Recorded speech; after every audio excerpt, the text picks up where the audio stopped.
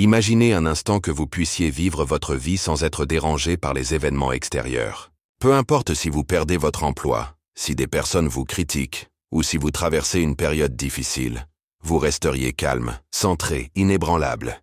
Cela vous semble-t-il impossible?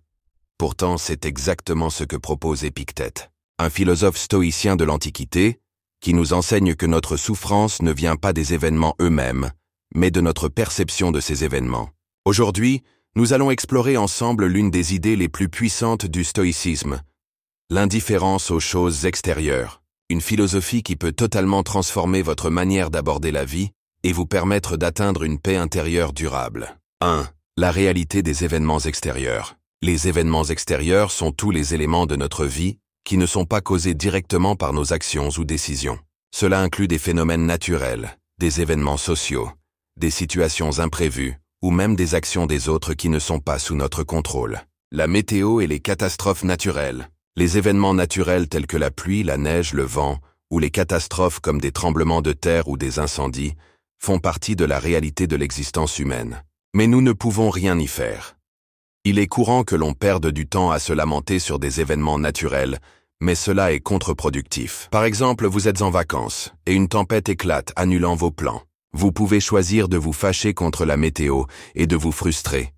Ou vous pouvez accepter que cela échappe à votre contrôle et en profiter pour trouver d'autres activités. La météo est un aspect que nous devons accepter comme étant hors de notre portée. Les événements sociaux et les décisions des autres, la réaction des autres à nos actions, le comportement d'autrui dans des situations sociales, les décisions prises par un gouvernement ou une entreprise, et même la manière dont les autres nous perçoivent, échappent à notre contrôle. Si vous êtes critiqué par un collègue, vous ne pouvez pas contrôler son jugement.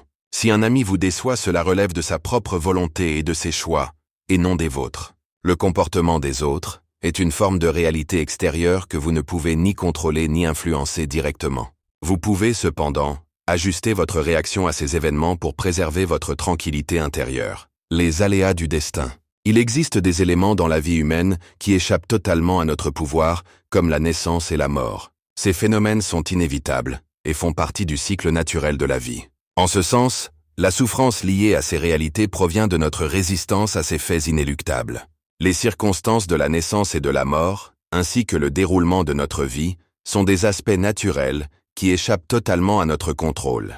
Par exemple, si vous naissez dans un environnement difficile, ou si vous êtes confronté à une maladie grave, vous ne pouvez pas changer ces réalités. Mais vous pouvez choisir la manière de les aborder. 2. La source de la souffrance, nos jugements sur l'incontrôlable. Épictète nous enseigne que la souffrance ne réside pas dans les événements extérieurs eux-mêmes, mais dans la manière dont nous les percevons et dans les jugements que nous portons sur eux. Ce concept est essentiel pour comprendre pourquoi nous souffrons, même quand les événements extérieurs semblent être neutres. Les jugements sur les événements. Imaginons que vous ayez un entretien d'embauche et que vous ne soyez pas sélectionné. L'événement en soi est un fait neutre. C'est votre jugement sur cet événement qui détermine votre souffrance. Si vous percevez cet échec comme une catastrophe et que vous vous dites « je ne suis pas à la hauteur », la souffrance survient.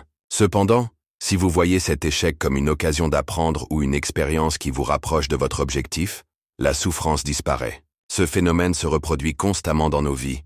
Une rupture amoureuse, une évaluation de performance au travail, une contrariété dans une relation sociale. Ce n'est pas l'événement en soi, mais l'attachement que nous avons à notre interprétation de cet événement qui génère des émotions négatives comme la tristesse, la colère ou la frustration.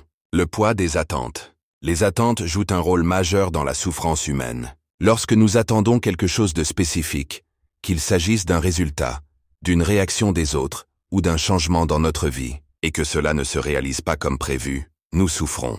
Ce n'est pas l'événement en lui-même qui est douloureux, mais le fait que nous avons anticipé qu'il se passerait autrement. Ce sont ces attentes irréalistes, souvent en dehors de notre contrôle, qui créent des perturbations émotionnelles. La perception des événements comme des menaces. Un autre aspect des jugements stoïciens est de comprendre que la souffrance vient souvent de notre perception d'un événement comme une menace. Si vous perdez votre emploi, vous pourriez percevoir cette perte comme une menace à votre sécurité, votre estime de soi ou à votre identité. Cependant, selon les principes stoïciens, cette situation n'est pas menaçante en soi, c'est seulement votre interprétation de la perte qui lui donne cette valeur. Un stoïcien entraînerait son esprit à voir cette perte non pas comme une catastrophe, mais comme une opportunité d'adaptation et de croissance. 3. La nature inévitable de certains aspects de la vie. Dans la philosophie stoïcienne, il existe des réalités qui échappent totalement à notre contrôle. La naissance, la mort et la maladie. Plutôt que de les craindre ou de s'y opposer, les stoïciens nous enseignent à les accepter avec sagesse. Se révolter contre l'inévitable ne fait qu'ajouter de la souffrance à notre existence. 1. La naissance, un hasard que nous devons accepter. Nous ne choisissons ni notre famille, ni notre époque, ni notre condition de départ. Certains naissent dans un environnement privilégié, d'autres dans des circonstances difficiles. Face à cette réalité, nous avons deux choix. Nous plaindre de ce que nous n'avons pas ou nous concentrer sur ce que nous pouvons faire avec ce que nous avons. Un stoïcien adopte cette deuxième approche, car il sait que seule son attitude face à ses conditions de naissance dépend de lui. 2. La mort, une certitude qui ne doit pas nous paralyser. La peur de la mort est l'une des principales sources d'angoisse humaine. Pourtant, elle est aussi naturelle que la naissance. Nous passons notre vie à éviter d'y penser, alors qu'accepter son inévitabilité nous libère. Plutôt que de voir la mort comme une fin effrayante, un stoïcien la considère comme un rappel. Puisque notre temps est limité, nous devons l'utiliser à bon escient, en vivant pleinement et en accord avec nos valeurs. 3. La maladie et le vieillissement. Des épreuves inévitables. Le corps humain est voué à changer, à vieillir, et parfois à souffrir. Nous pouvons prendre soin de nous, mais nous ne pouvons pas empêcher le temps de suivre son cours. Se révolter contre ces réalités ne fait qu'aggraver la douleur. Les stoïciens nous apprennent à ne pas nous définir par notre état physique, mais par notre force intérieure. Face à la maladie ou au vieillissement, nous pouvons choisir d'affronter ces épreuves avec dignité et résilience. 4. La libération par l'acceptation. L'un des principes fondamentaux du stoïcisme est que le bonheur et la sérénité ne viennent pas de la maîtrise du monde extérieur, mais de notre capacité à accepter ce qui échappe à notre contrôle. Lorsque nous cessons de lutter contre l'inévitable et que nous ajustons notre regard sur les événements, nous nous libérons d'une grande partie de notre souffrance. 1. L'acceptation n'est pas de la résignation mais un acte de sagesse. Beaucoup perçoivent l'acceptation comme une forme de passivité ou d'abandon. Pourtant, les stoïciens nous enseignent que ce n'est pas un renoncement, mais une adaptation intelligente à la réalité. Accepter ne signifie pas subir sans réagir, mais comprendre ce que nous pouvons ou non changer. C'est un acte de lucidité qui nous évite de gaspiller notre énergie dans des combats inutiles. Prenons un exemple. Si un vol est annulé, nous pouvons soit nous énerver et maudire la compagnie aérienne, soit accepter la situation et réfléchir aux solutions possibles. Dans un cas, nous nourrissons notre frustration. Dans l'autre, nous adaptons notre attitude et gardons notre calme. L'acceptation nous permet d'économiser notre énergie pour mieux agir. 2. Transformer notre regard sur les épreuves. Les épreuves font partie de la vie, et nous ne pouvons pas toutes les éviter. Mais ce qui dépend de nous, c'est la signification que nous leur donnons. Un stoïcien ne voit pas un obstacle comme une malédiction, mais comme une occasion de progresser et de renforcer sa résilience. Prenons l'exemple d'un athlète qui se blesse gravement. Il peut voir cela comme une injustice et sombrer dans la colère, ou bien accepter cette réalité et chercher à en tirer une leçon, en développant d'autres compétences ou en travaillant sur sa patience. Notre perception des événements détermine notre souffrance bien plus que les événements eux-mêmes. 3.